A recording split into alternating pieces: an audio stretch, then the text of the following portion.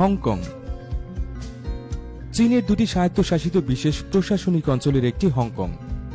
260-টিরও বেশি বিচ্ছিন্ন দ্বীপ নিয়ে গঠিত হংকংয়ের মোট আয়তন মাত্র 2755 বর্গ কিলোমিটার। তবে হংকংয়ে 70 লাখেরও বেশি মানুষের বাস, আর এখানে বিশ্বের সবচেয়ে বেশি স্কাইস্ক্র্যাপার রয়েছে। দেশটির মোট দেশজ উৎপাদন 482 বিলিয়ন মার্কিন ডলারেরও বেশি এবং জনগণের মাথাপিছু আয় 64,533 মার্কিন ডলার। তবে দেশটির 2.9% মানুষ বেকার এবং দেশটিতে উল্লেখযোগ্য পরিমাণে আয় বৈষম্য রয়েছে। হংকং স্টক এক্সচেঞ্জ বিশ্বের 7ম বৃহত্তম স্টক এক্সচেঞ্জ এবং দেশটি পণ্য আমদানি রপ্তানির ক্ষেত্রেও বিশ্বের 7ম স্থানে রয়েছে। 2016 সালে হংকংয়ের প্রবৃদ্ধির গতি কমে গেলেও বিশ্বের 10 ধনী দেশের তালিকায় রয়েছে এই দেশটি। সুইজারল্যান্ড দারুণ শক্তিশালী অর্থনীতি, উন্নত অবকাঠামো, শীর্ষ মানব উন্নয়ন সূচক, স্বচ্ছ সরকার ব্যবস্থা বা জনগণের অধিকারভোগ সবকিছুতেই অনেক এগিয়ে গেছে ইউরোপের এই দেশটি। বিশ্বের বড় বড় বহুজাতিক কোম্পানিগুলোর বেশ কয়েকটি রয়েছে এই দেশটিতে। সেই সাথে পণ্য উৎপাদনের দিক থেকেও বেশ শক্তিশালী অবস্থানে রয়েছে দেশটি। 20 শতকের পুরোটা জুড়েই একটি উন্নত দেশ হিসেবে এগিয়েছে সুইজারল্যান্ড। দেশটি প্রায় 50 লাখের মতো মানুষ বিভিন্ন কাজে নিয়োজিত এবং মাত্র 3.2% মানুষ বেকার। 2017 সালের হিসেব অনুযায়ী দেশটির জিডিপি 517 বিলিয়ন মার্কিন ডলার এবং জনগণের মাথাপিছু আয় 61,360 মার্কিন ডলার। 41,285 বর্গ কিলোমিটার আয়তনের দেশটিতে জনসংখ্যা 84 লাখেরও বেশি। সংযুক্ত আরব আমিরাত মাথাপিছু আয়ের ভিত্তিতে ধনী দেশের তালিকায় 8 নম্বরে রয়েছে সংযুক্ত আরব আমিরাত। আইএমএফ এর তথ্য অনুযায়ী দেশটির উন্নত এবং শক্তিশালী অর্থনীতির মূল কারণ শুধুমাত্র তেলের বাজার। আন্তর্জাতিক বাজারে তেলের দাম কমে যাওয়ায় 2016 সালে দেশটির প্রবৃদ্ধি কিছুটা ধীর হয়ে গিয়েছিল। তবে বিশ্বের 7ম বৃহত্তম তেলে সঞ্চয় থাকা দেশটি অর্থনীতির অন্যান্য খাতে 2017 সালে এগিয়েছে বলে জানিয়েছে আইএমএফ। যদিও সংযুক্ত আরব আমিরাতের 85% আয় আসে তেল রপ্তানির মাধ্যমে, কিন্তু দেশের সবচেয়ে বড় শহর দুবাই ধীরে ধীরে আন্তর্জাতিক ব্যবসা বাণিজ্যের অন্যতম কেন্দ্রে পরিণত হচ্ছে। 2018 সালের হিসেব অনুযায়ী দেশটির মোট দেশজ উৎপাদন 729 বিলিয়ন মার্কিন ডলারেরও বেশি এবং জনগণের মাথাপিছু আয় 69,896 মার্কিন ডলার। 83,600 বর্গ কিলোমিটার আয়তনের দেশটিতে জনসংখ্যা প্রায় 1 কোটি। কুয়েত সংযুক্ত আরব আমিরাতের মতো পশ্চিম এশিয়ার দেশ কুয়েতের অর্থনীতিও মূলত তেল রপ্তানির উপর নির্ভরশীল। দেশটি বিশ্বের 6ষ্ঠ বৃহত্তম তেলের মজুতকারী এবং কুয়েতি দিনারের মান বিশ্বের সর্বোচ্চ। দেশটির জিডিপির অর্ধেক এবং সরকারি আয়ের 90% আসে তেল রপ্তানির মাধ্যমে। 2016 সালে আন্তর্জাতিক বাজারে তেলের দাম কমে যাওয়ায় দেশটির অর্থনীতিতে কিছুটা বিরূপ প্রভাব পড়েছিল। তবে বিগত 5 বছরে দেশটিতে সেবা খাত এবং ব্যক্তি উদ্যোগে পরিচালিত ব্যবসার সংখ্যা বেশ বৃদ্ধি পেয়েছে। 2018 সালের হিসেব অনুযায়ী দেশটির জিডিপি 321 বিলিয়ন মার্কিন ডলার এবং জনগণের মাথাপিছু আয় 71,929 মার্কিন ডলার। মাত্র 17,818 বর্গ কিলোমিটার আয়তনের দেশটিতে জনসংখ্যা 42 লাখের মতো। এদের মধ্যে 29 লাখ মানুষই প্রবাসী, যা দেশটির মোট জনসংখ্যার 70%। নরওয়ে বিশ্বের সবচেয়ে বেশি তেল ও গ্যাসের খনি সমৃদ্ধ দেশ নরওয়ে।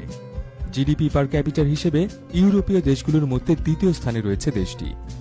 আর রাষ্ট্রীয় কাজে ব্যবহারের জন্য দেশটির কাছে মজুদ রয়েছে বিশ্বের সবচেয়ে বেশি অর্থ 1 ট্রিলিয়ন মার্কিন ডলার। মিশ্র অর্থনীতির দেশটিতে মুক্তবাজার এবং ব্যক্তি মালিকানাধীন শিল্পের পাশাপাশি সরকারি উদ্যোগে পরিচালিত শিল্পও গুরুত্বপূর্ণ ভূমিকা পালন করছে।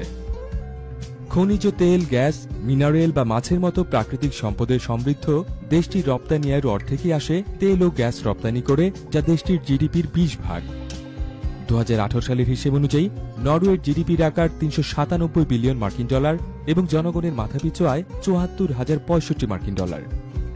আন্তর্জাতিক মানব উন্নয়ন সূচকে দেশটি 2009 সাল থেকে শীর্ষস্থান ধরে রেখেছে। উন্নততর জীবন সূচক বা গণতন্ত্র সূচকের পাশাপাশি বিশ্বের সবচেয়ে সুখী দেশের তালিকাতেও প্রথমে রয়েছে নরওয়ে।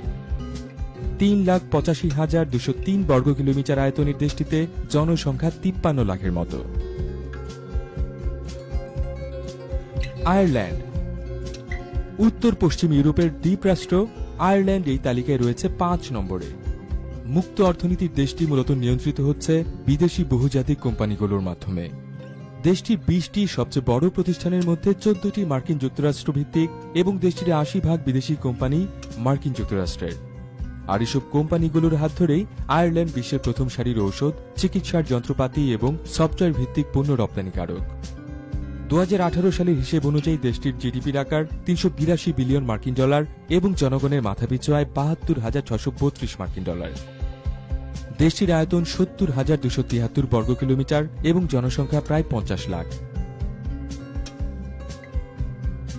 ব্রুনাই দক্ষিণ পূর্ব এশিয়ার একটি রাজতান্ত্রিক ইসলামী দেশ ব্রুনাই। দেশটির সমৃদ্ধ অর্থনীতি পরিচালিত হচ্ছে মূলত স্থানীয় এবং বিদেশি উদ্যোক্তাদের মাধ্যমে। দেশটির জিডিপির 90% দখল করে রয়েছে খনিজ তেল এবং প্রাকৃতিক গ্যাস উৎপাদন। দেশটি প্রতিদিন 1,67,000 ব্যারেল তেল উত্তোলন করে, যা দক্ষিণ পূর্ব এশিয়ার মধ্যে চতুর্থ স্থানে রয়েছে। আর প্রাকৃতিক গ্যাস রপ্তানির দিক থেকে দেশটি বিশ্বের 9ম স্থানে রয়েছে। তবে দেশের মোট খাদ্য চাহিদার 60% বিদেশ থেকে আমদানি করতে হয়। IMF এর তথ্য অনুযায়ী বিশ্বের 2টি দেশের মধ্যে একটি ব্রুনাই, যে দেশের জনগণের মাথাপিছু ঋণের পরিমাণ 0%। 2018 সালের হিসেব অনুযায়ী দেশটির জিডিপির আকার 33.3 বিলিয়ন মার্কিন ডলার এবং জনগণের মাথাপিছু আয় 77,699 মার্কিন ডলার। মাত্র 5,765 বর্গ কিলোমিটার আয়তনের দেশটিতে জনসংখ্যা 4,17,000।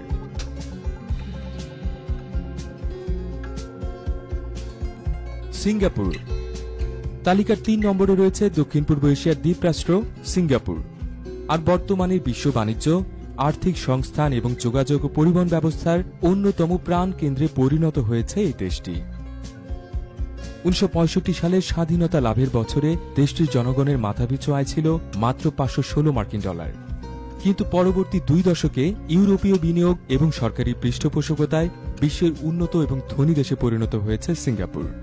দেশটিকে বিশ্বের স্মার্টেস্ট সিটিও বলা হয়।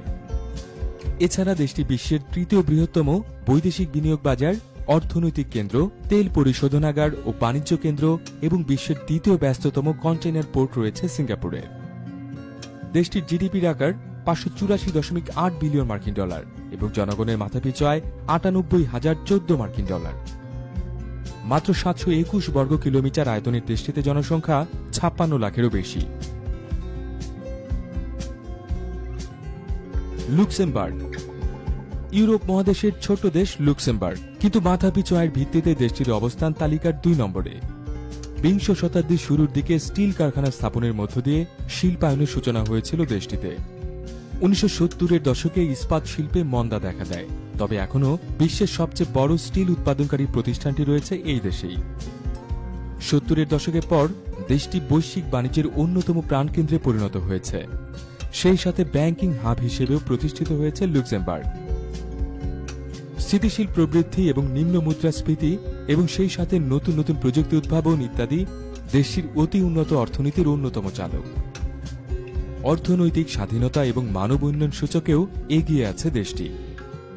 2017 সালের হিসেব অনুযায়ী দেশটির জিডিপির আকার 64 বিলিয়ন মার্কিন ডলার এবং জনগণের মাথাপিছু আয় 1,09,192 মার্কিন ডলার। 2,586.4 বর্গ কিলোমিটার আয়তনের দেশটিতে জনসংখ্যা 6 লাখেরও বেশি।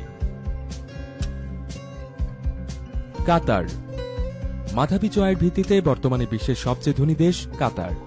মধ্যপ্রাচ্যের অপেক্ষাকৃত ছোট এই দেশটির জনগণের মাথাপিছু আয় 1,28,702 মার্কিন ডলার। মূলত কাতারের অর্থনীতি সমৃদ্ধ হয়েছে বিপুল পরিমাণ খনিজ তেল এবং গ্যাসের মজুদের কারণে। বিশ্বের 3য় বৃহত্তম গ্যাসের মজুদ রয়েছে এই দেশে। কাতারে 1940 সালের পর খনিজ তেল উত্তোলন শুরু হয়, কিন্তু এর আগ পর্যন্ত মাছ ধরা এবং প্রাকৃতিক মুক্ত আহরণই ছিল এখানকার জনগণের প্রধান জীবিকা। কিন্তু খনিজ তেল গ্যাসের বিশাল মজুদ আবিষ্কারের পর থেকেই পাল্টে যেতে থাকে দেশটির অর্থনীতির চিত্র। বর্তমানে দেশটি বিশ্বের অন্যতম তরল গ্যাস রপ্তানিকারক। 2018 সালের হিসেব অনুযায়ী দেশটির জিডিপির আকার 357.3 বিলিয়ন মার্কিন ডলার।